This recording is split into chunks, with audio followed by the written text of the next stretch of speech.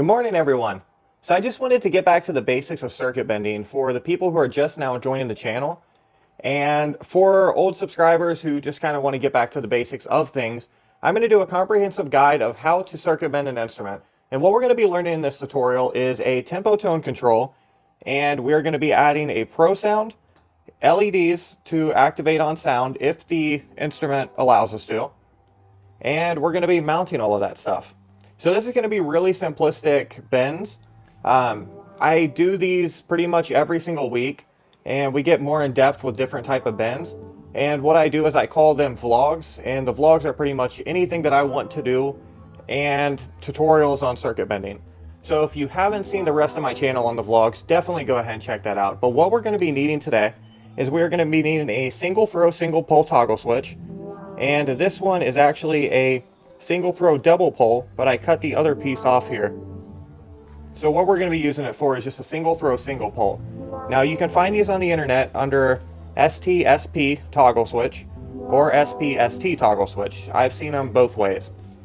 And we're going to be using a 1/4 audio jack, and this is a mono audio jack. Now this is going to produce mono sound.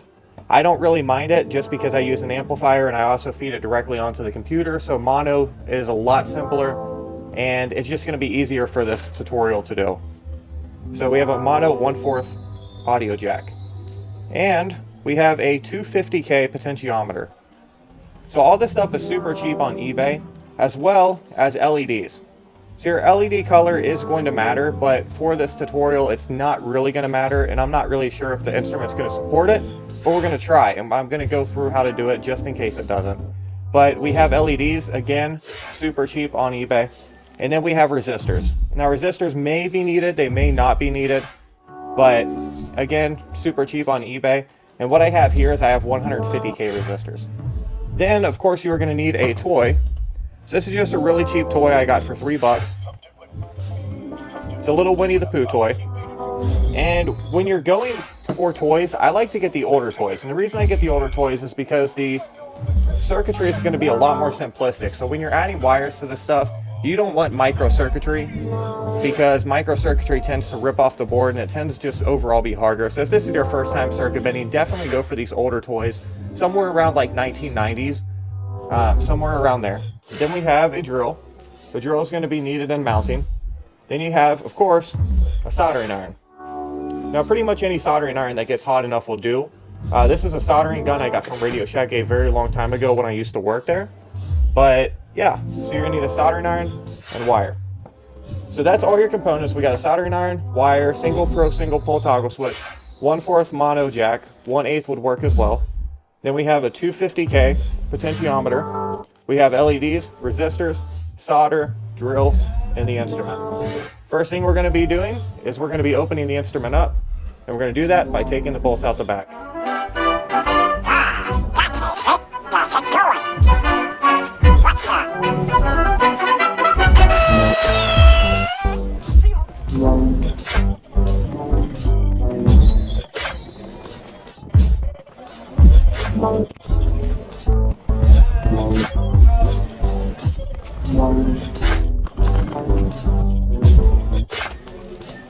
So it is important when you are circuit bending an instrument, which I have learned the hard way many of times, to keep all your bolts together. And what I like to do is I like to keep the back off just in case we have an instrument crash, meaning we short circuit something too hard and the instrument stops functioning.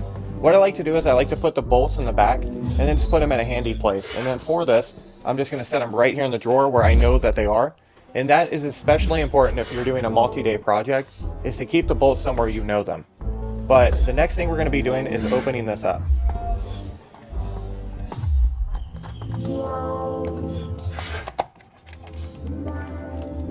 So when I open this up, I am going to be opening it by lifting the back instead of the front. And the reason I'm doing that is because it has buttons on it. And then if I lift the front out of the back, the buttons might fall out. And if it has springs, that can be particularly annoying. It looks like we still have one bolt left in here. So I'm just going to unscrew that. Yeah, because if we can avoid it, I would like to avoid having to replace the buttons. And by replacing, I mean having to stick them back in there and line them up. Oh, it actually looks like we have 2 bolts left. Okay. Alright, so there we go. So we did get lucky on this one. We aren't at risk of dropping the buttons out because we have this, but this is the circuit board we're going to be dealing with. So if you look at all these other circuit boards, it's really, what these are is they're essentially just the buttons. We have 2 wires running to them, and when these 2 wires touch together, that activates the button. So we know that this is literally just going to be the button. And I have it off right now, that's why it's not making any sound, but these are just button pads. And then this is a button pad, but it's also housing all our circuitry. And we can see capacitors right here. The resistors are going to be on the other side. So the next thing we're doing is taking this off.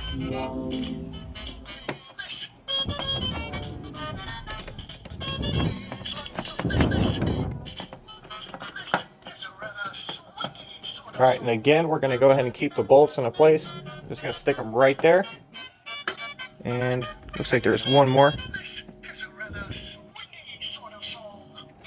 There we go. Alright, so here's all our circuitry. So the next thing I'm going to do is go ahead and I'm going to lick my finger. And I'm going to lick my finger and just get it sort of moist. And the reason I'm doing this is because we're going to be touching around and we want it to actually short circuit, but not short circuit too hard. So you don't want to go in here with a bare wire and touch around. It's actually a lot easier to go ahead and lick your finger and to get it a tiny bit moist.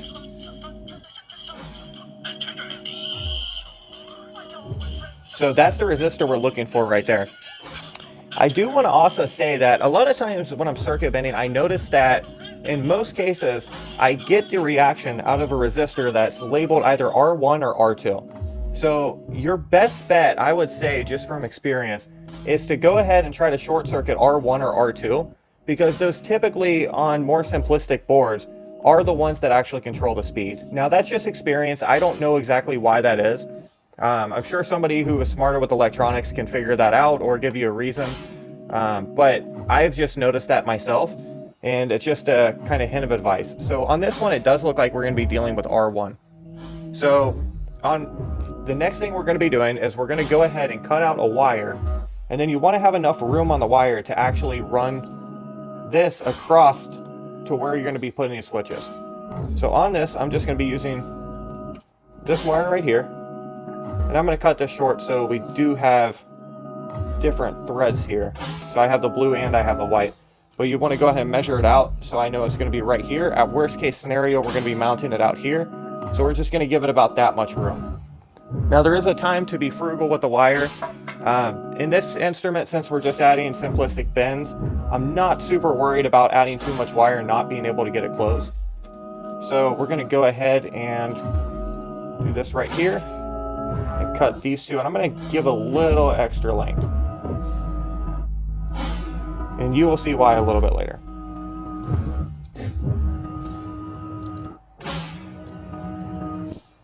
So now we're just going to strip these 2 wires. Then we're going to strip the other side.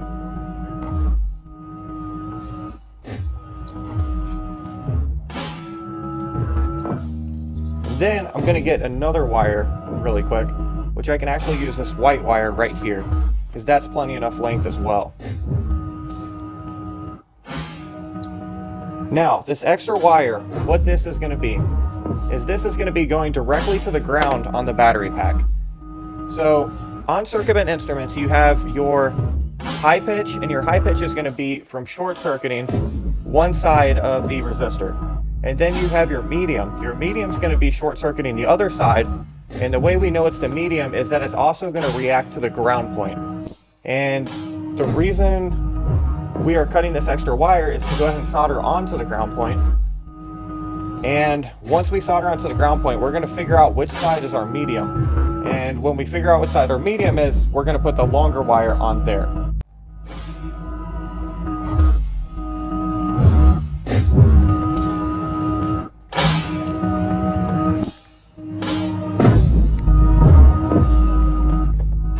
So now I'm going to go ahead and wrap this, and I'm doing this just for extra security because I don't want this wire ripping off.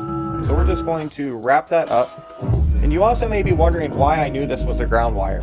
So I knew this was a ground wire because in 99% of the cases, the ground wire is going to be labeled black. So if it's black, more than likely, that's going to be your ground wire. So we are going to be taking this, we're going to be wetting our finger again, and then very precisely, and this is easier with bigger resistors, very precisely, just going to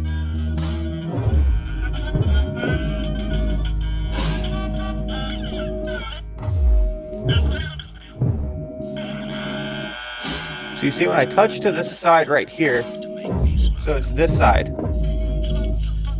which it should stop.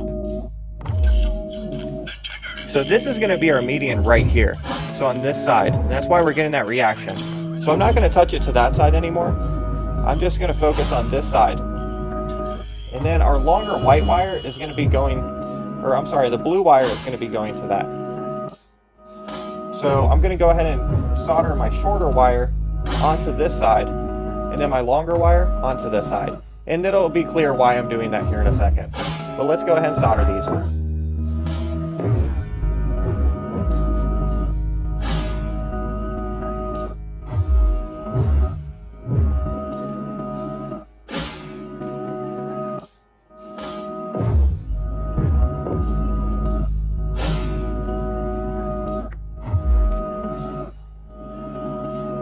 I'm going to go ahead and go over something that I should go over, and that is our second option on this.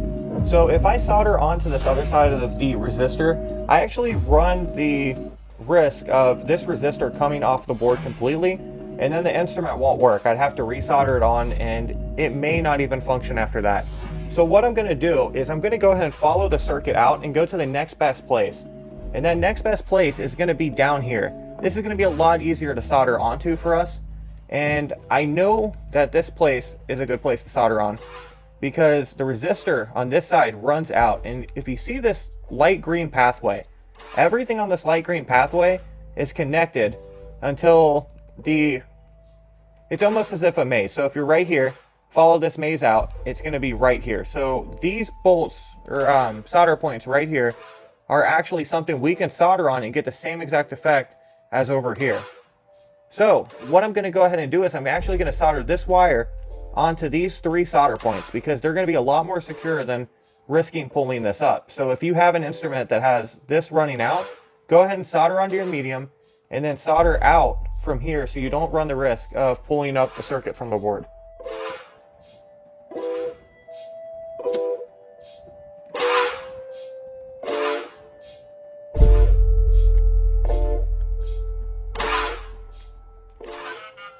Now we're going to go ahead and test our points. So we have our ground wire on, and we have this soldered onto the medium, and we have this soldered onto the other side. So we're going to go ahead and test it out. So how we're going to do that is we're going to grab the end of the wires that are stripped. We're going to go ahead and press the button. You should go up in pitch there, and then you're going to take your medium, which is our blue wire, and we're going to grab the ground. And you should get the same effect, but it's going to be in a lower tone this time.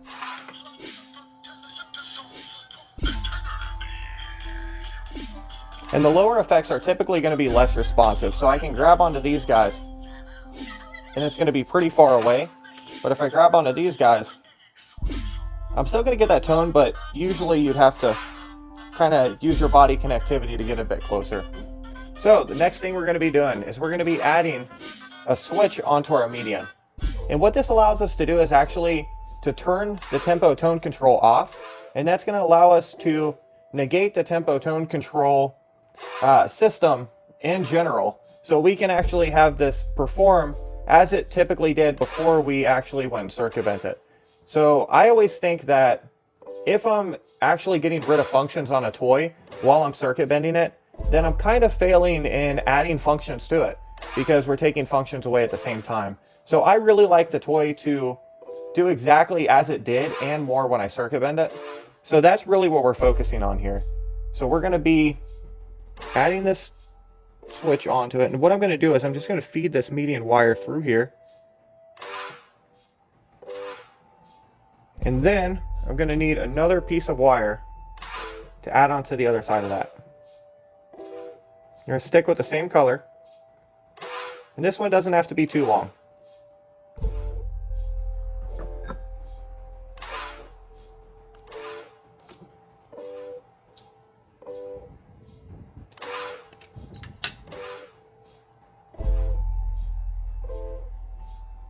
I should say the length of this wire does depend on where you're planning on mounting your potentiometer as compared to your toggle switch.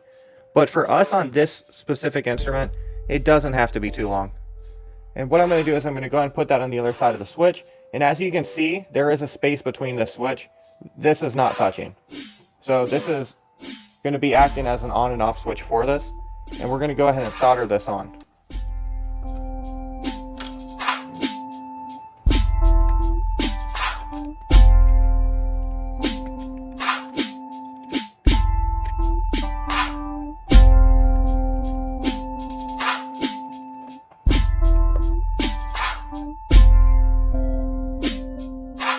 Step, since we have the switch on, is we're going to go ahead and roll this, and this is just going to be a security thing as well.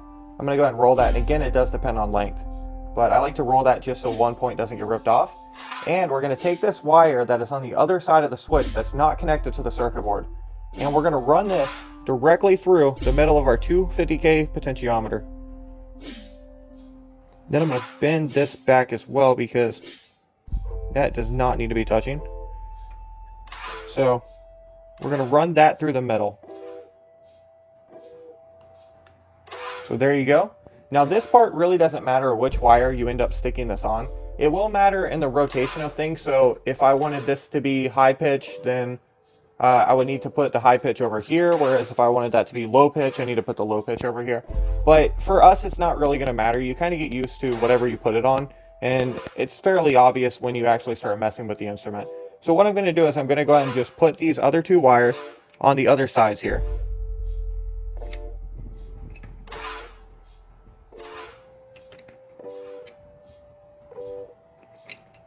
So there is one, and now we have our ground wire. Just going to go right on this other side. All right.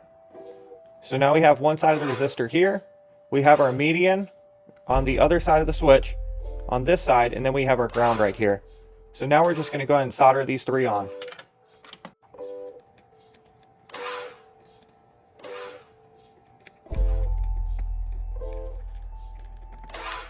Now we're going to go ahead and roll these. And we're going to go ahead and press the button. Now if the button is not responding, more than likely what's happening is this is grounded. So we're just going to kick it up.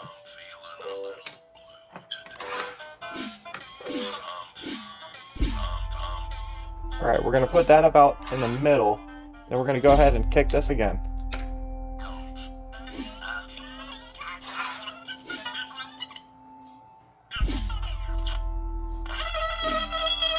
So you can see that's our deep tone right here.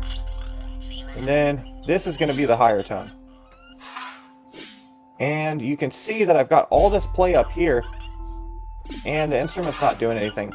So this is a sign to me that I actually need a resistor onto the high point. So I was really hoping this wouldn't need a resistor, but I guess for learning purposes it is better that it needs a resistor. So what I'm going to go ahead and do here is I'm going to track back to the one that's on the circuit board but is not the median. So that is going to be our wire right here, and the wire is on this side. So what I'm going to do is I'm going to go ahead and remove this wire. So we're just going to cut this. Actually, I might be able to just rip it off. Yep, we're going to need to cut it. Okay, there we go. So I go ahead and cut that. And I'm going to go ahead and strip it again. Maybe take a little more length off of it and then strip it. And I'm going to give a little bit of excess wire when I strip it. I'm going to get a little bit farther in. So this is where the resistors are going to come in common. Or, I'm sorry, come in use. So we're going to be taking the resistor. And our hopes are that this resistor will be enough to actually limit this to keep it from crashing.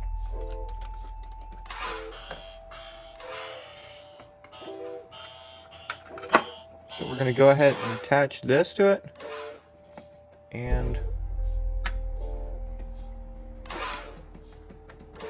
so it looks like it's still crashing a bit.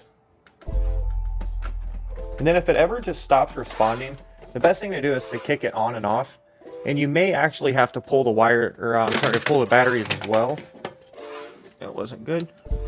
Pull the batteries as well, but this one possibly. Yep, so it looks like I'm gonna have to pull the batteries out. So what the batteries do when you pull them out is it resets the instrument completely. And if it ever stops functioning completely, you pull the batteries out, it doesn't do anything. And you put them back in, still not doing anything. Go ahead and pull the batteries out and wait about 20 seconds and put them back in. See if it starts to run.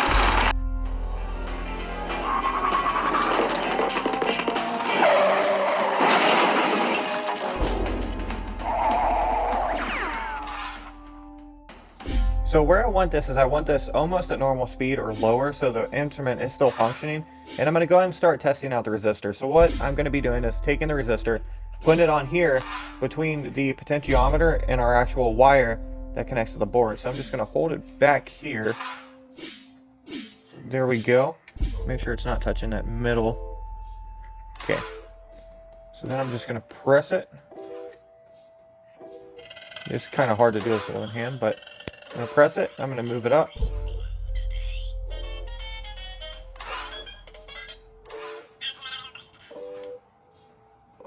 So it looks like still crashing. So assuming you went ahead and ordered a bunch of the same resistor, I'm just going to use one type of resistor. So these are all the same resistor, and I'm going to show you how to go ahead, and it's not the neatest way to do it, but it is a way that you can do it for cheap. We're just going to put these two resistors right together by tying them up. And that's going to give us more resistance. And again, this isn't the neatest way to do it. Obviously, the neatest way to do it would be to use a higher resistance resistor, but this is a cheap way to do it. And if you're doing circuit bending or you're just getting started, I'd recommend going for cheaper stuff until you can kind of hone in on your skills, and then you can start spending a bit of money on it. So we're going to go ahead and press. So that's going to give us a little bit more play. So we can move it up a bit more. Looks like we moved it up a tiny bit too much. So let's go ahead, add another resistor.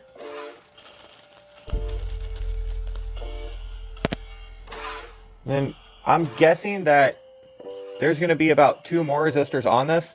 And then as funny as this looks, we're going to go ahead and add 2 more resistors, just to shorten time a bit.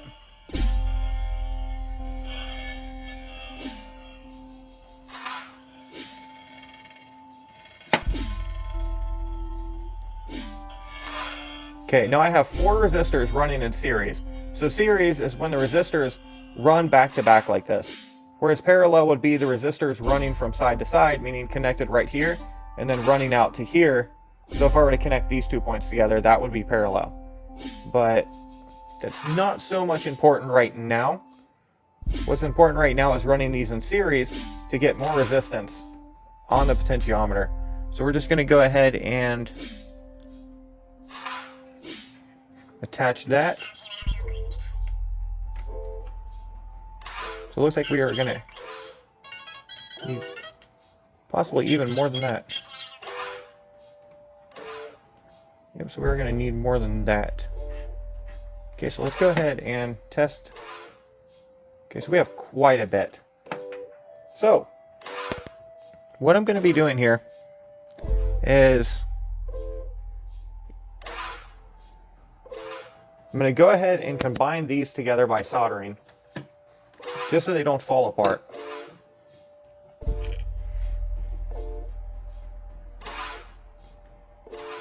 And this is goofy, and if you can avoid this, I would definitely recommend avoiding doing all of these resistors.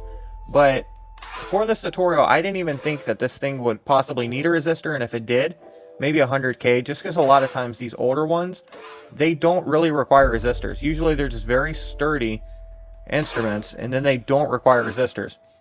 So I definitely don't recommend lining up this many resistors and stuff, but this is for my personal use. This is a personal use instrument, so I'm not super worried about it. I'm not super worried about somebody opening it up and looking in and going, well, that's not really too great of work. And what I'm going to be doing is I'm going to be taping this to the side, just so we can keep all our resistors out of the way, because what this is going to be doing is this is going to be sitting over here, and the last thing we want to do is for this to get grounded in some way and fry the instrument. So I'm going to go ahead and take wire cutters here. I'm going to cut off every single end. And then, like I said, after all of this, we are going to tape it to the side of the instrument, maybe put some hot glue on it, just to keep it in place so it doesn't actually short circuit anything. So there we go. Let's go ahead and put 3 more on here.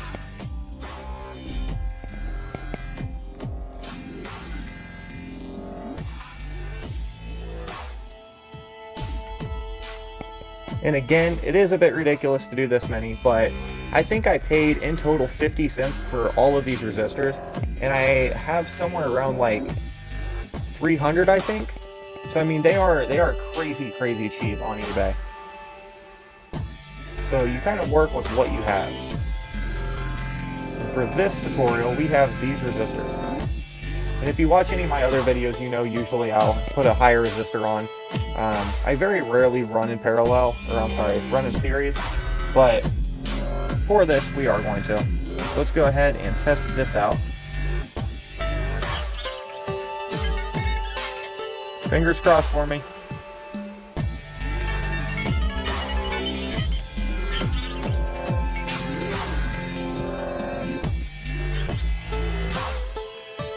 So we still have quite a bit. Alright, so I'm going to go ahead and pause and skip you to the monstrosity that is all of these in series.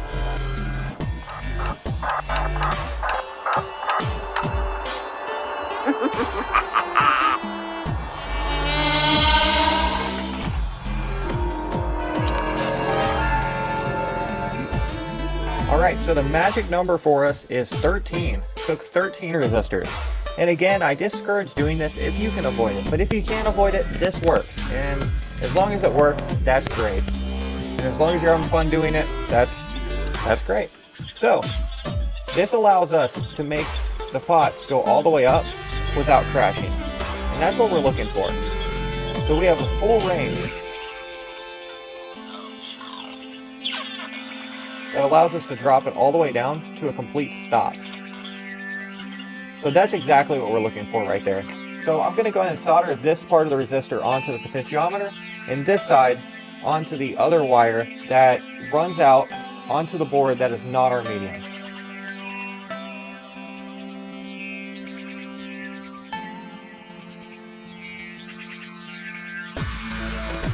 To recap, we have our tempo tone control added onto this, which is a full spectrum tempo tone control. Ground wire running there. So ground wire on one side, other part of the resistor on the other side, our medium on the middle. And we have a revert switch. So when this is up in speed, we can go ahead and revert it by clicking this switch.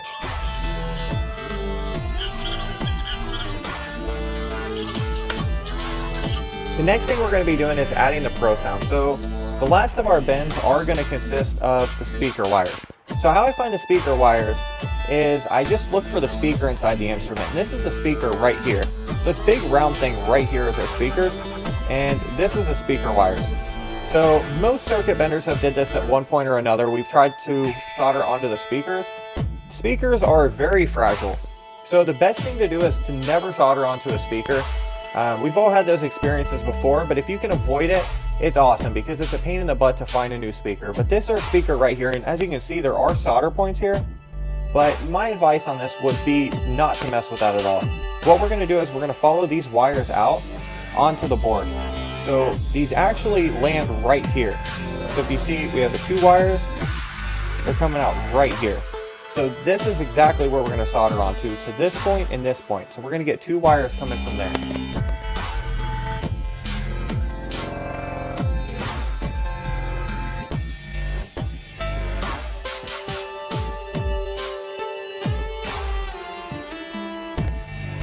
So now you just learned how to actually put a Pro Sound on a toy. So this is our Pro Sound, and we can very simply run this to here and then plug in our jack, and we're good to go.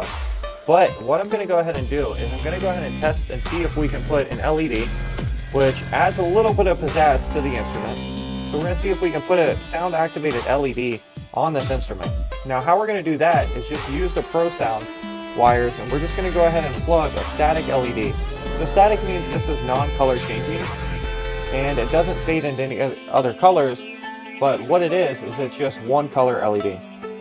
So I'm going to go ahead and hold, I'm sorry if you can't see that. So it's not on right there. So let's go ahead and turn the LED the other way.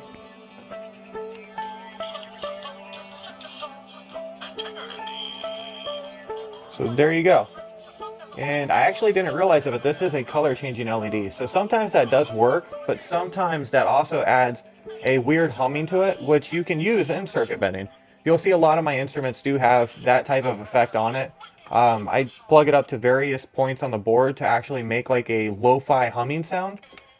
But for this project, we're just going to be going to static. So I'm going to go ahead and find a new LED for this. So we went ahead and found a white LED on this one, which I think will look pretty good. So what I like to do with the LEDs is I like to actually go ahead and line up all the wires that I'm going to need. And on this one, I'm going to run 2 LEDs. So what I'm going to do is I'm going to strip this down a bit farther than I normally would if I was just adding a Pro Sound. So I'm going to strip that down a bit farther, and we're going to add not 1 but 2 links off of this. And the reason being is I'm going to go ahead and run another LED just to the other side, just to give it a little bit more flair. So we're going to cut that off, and then this one isn't going to be too long because it's just going to be the Pro Sound, which the Pro Sound can go right beside the LED. I'm fine with that. I just don't want both LEDs going right next to each other. So we're going to strip both of these down about equal to the other one. And the best method I found and adding wires together is to strip them down, and at the point that you're soldering, go ahead and wrap them together really, really tightly. So if you coil the wires, they have a less chance of actually ripping out or coming desoldered. So we're going to go ahead and add these 2 together.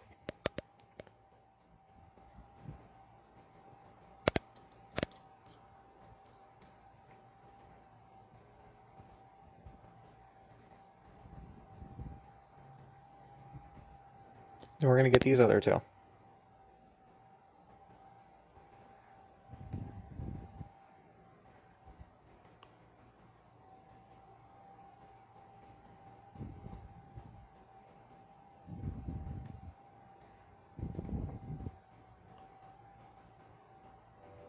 Alright, so that's good. Now we're going to go ahead and add the LED onto this.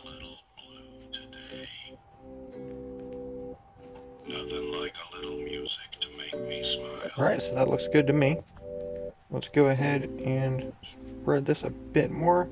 And we're just going to wrap that. Then I'm going to pull that in. And this is just for security so it doesn't actually come out. Then we're going to go here. Just like that. And there we go. Now we're just going to solder that.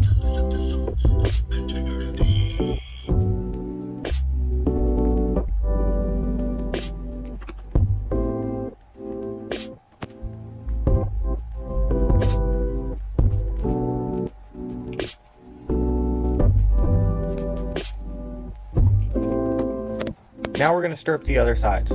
So both of these other wires we added to them, we're just going to go ahead and strip. And one of these is going to be our Pro Sound, the other one's going to be the other LED we're running.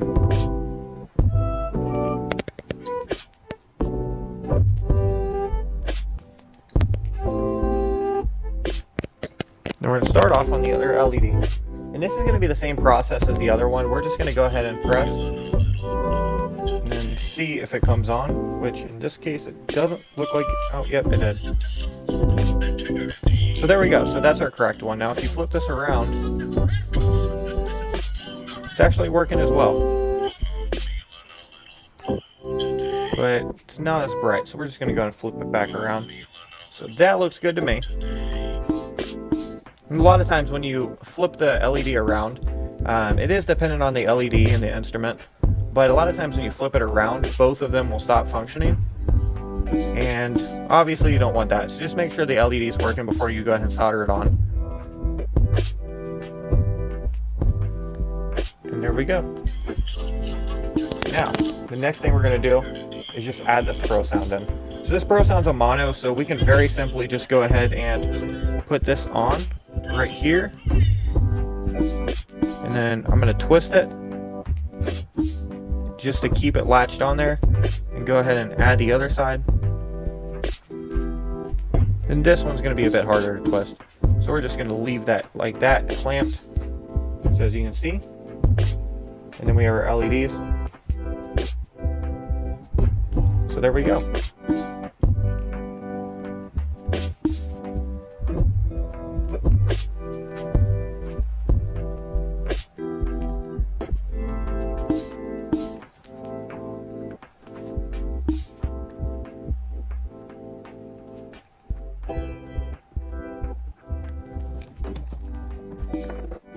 Alright, now all of our bins are added. The next thing we're going to be doing is working on closing this up. Now, as you see, I've got this massive amount of resistors. I don't want these kind of bouncing around inside there, so I need to do something about that. And you may not have that issue, but I'll show you how to, just in case you do. We're going to go ahead and put electrical tape on this. So with the electrical tape, I'm very simply just going to be wrapping this around.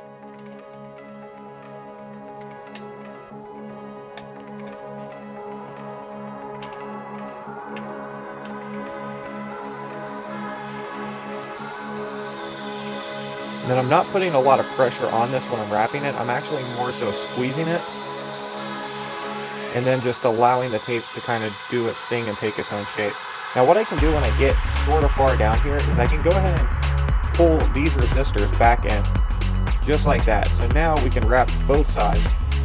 And this is going to save a bit of space.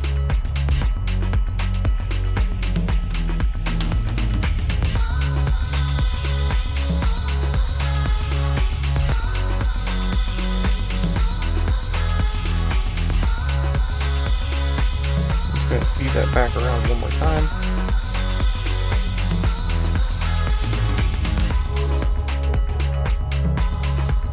Alright, now I'm going to go ahead and tape over all three of these wires just to kind of keep them together. Just going to pull it off. Didn't come off as easy as I thought it would. But once you get all this set up and we get this taped up, it is vitally important we go ahead and test it out to make sure it's working.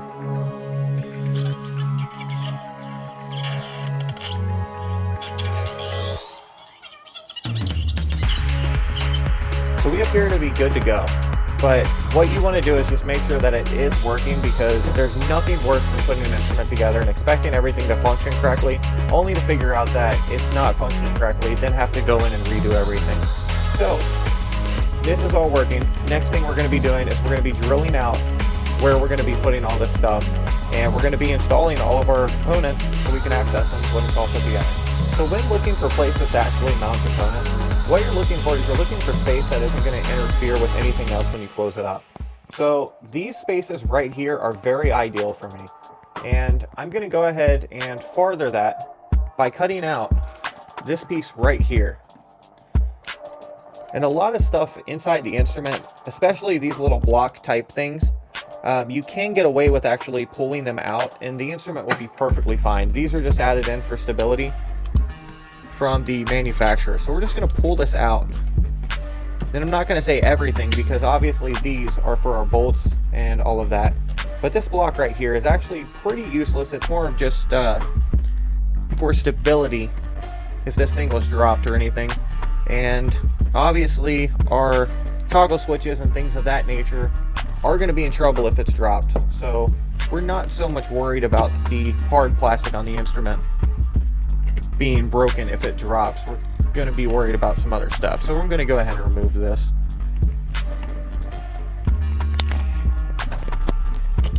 Alright, and that's good enough. So we're going to go ahead and add onto this side. And let's make sure that this works. Alright, so we're going to add our toggle switch, and we're going to add our potentiometer onto this side. So that looks about good right there. Let's go ahead and drill this one out.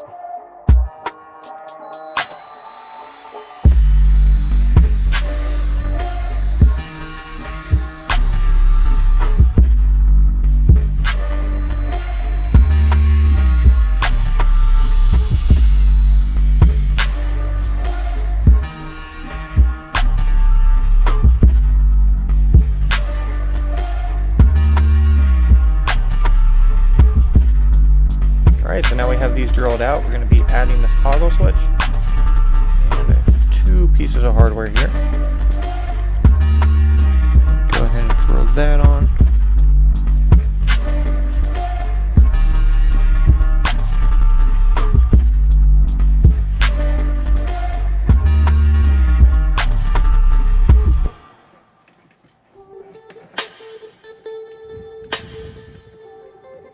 Alright, and now we have our pot, which I'm going to put right here. That way we can kind of tuck all of that wiring and all those resistors right there.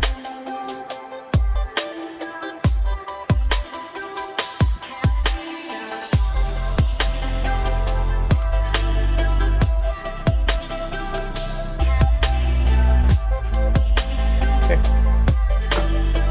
So now we're to the part where we're mounting the Pro Sound and the LEDs. And originally I was thinking on mounting the LEDs on both sides right here, but what I realized was it would actually be pretty cool to go ahead and mount the 2 LEDs in Winnie the Pooh's eyes, and I think we have just enough space to go ahead and do that.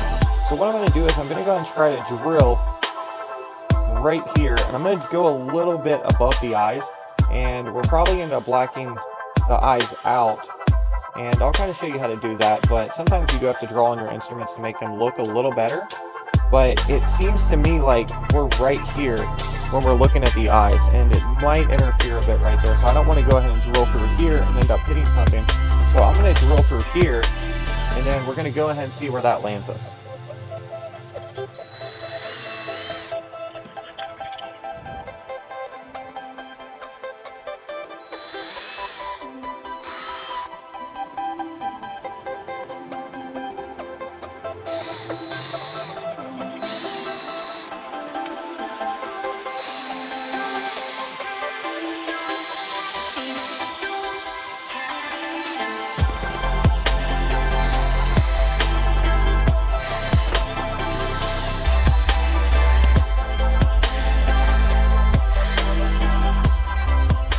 LEDs and we have our holes, so we're just going to put it right through there. And this will look a little bit goofy right now, just because we haven't modified the eyes or anything. We're just going to go ahead and put both of these in, and I'm going to use hot glue to hold these in.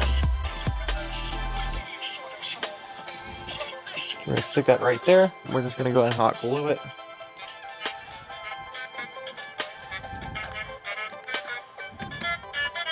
So a fair amount of hot glue in there. We're just going to allow that to dry for a second. Ah, happy royal family.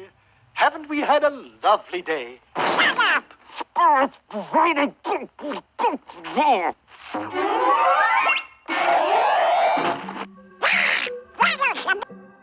And while that dries, we're going to go ahead and add the Pro Sound to this.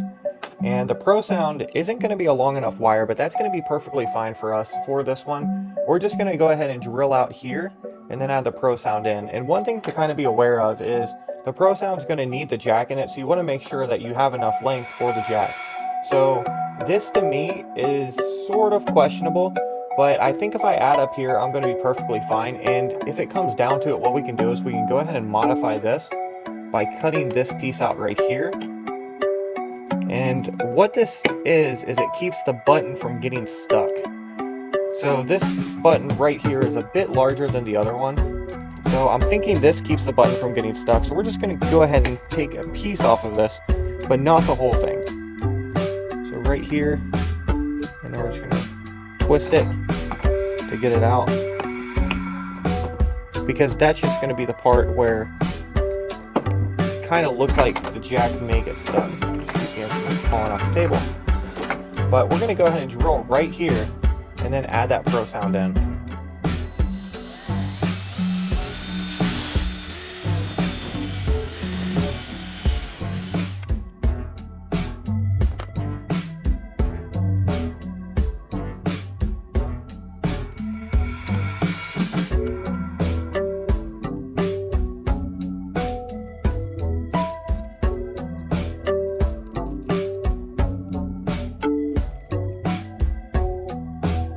So the LED came off when I was adding the 1/4 jack, but that is absolutely no problem. We put it back in there and hot glued it back in, and now it looks to be dry. So what I'm going to do is I'm going to go ahead and deal with this excess wire, and then how I'm going to do that is I'm just going to roll it, and then we're just going to put some electrical tape right there. And then I'm just going to tape it to the back here so that when I actually do close it up, the electrical tape is going to get stuck on whatever it gets closed onto. And that's going to allow us to, or it's going to keep it from actually getting stuck to a button or anything like that. And we're going to be putting this board back in right here. And you want the board in, since this is a button board, you want the board in exactly the same way we took it out.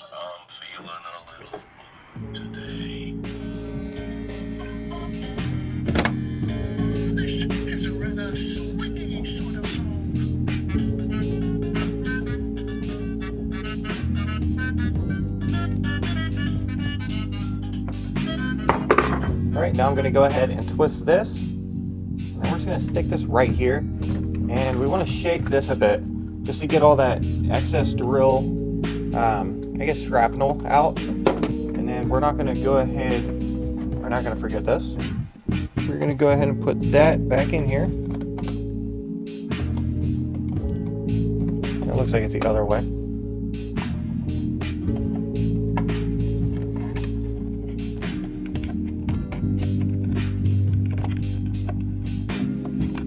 And these can be a bit annoying. They do prevent you from actually closing if they're in wrong.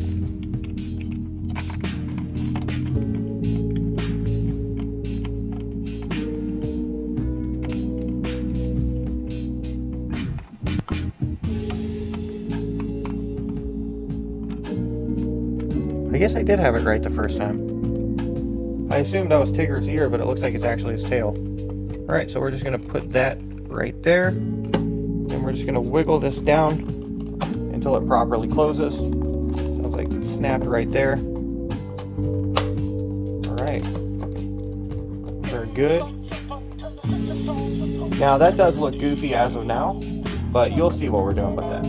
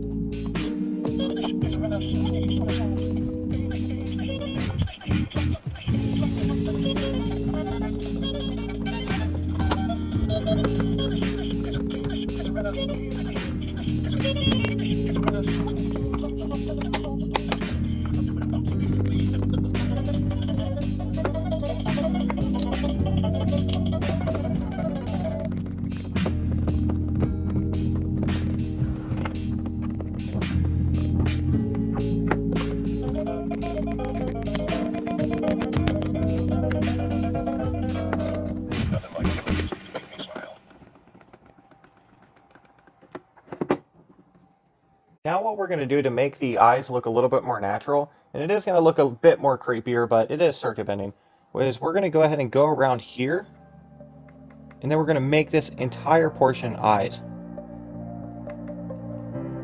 And this is just an average paint pen, and I may actually end up using acrylic paint around this just to make it look a bit better.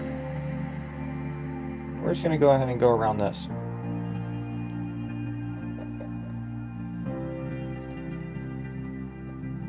And I will have to use acrylic paint just so I can kind of fill in those gaps there.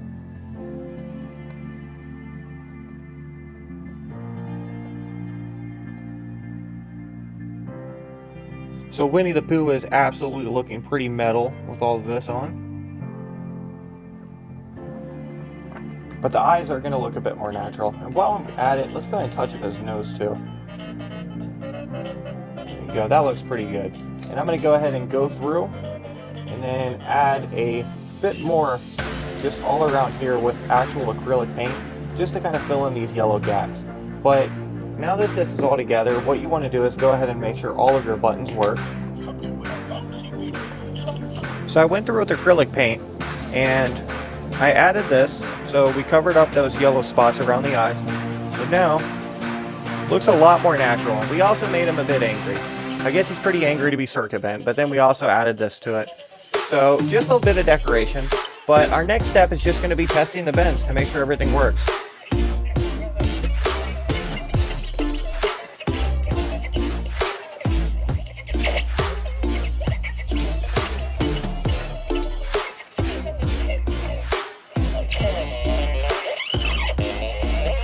So it has some really great low tones to it. And that is it. That is a circuit bend instrument.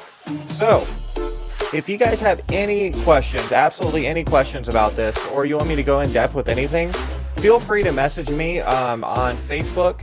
You can find me on Facebook under GhostFire Electronics. You can find my Instagram as well under GhostFire Electronics.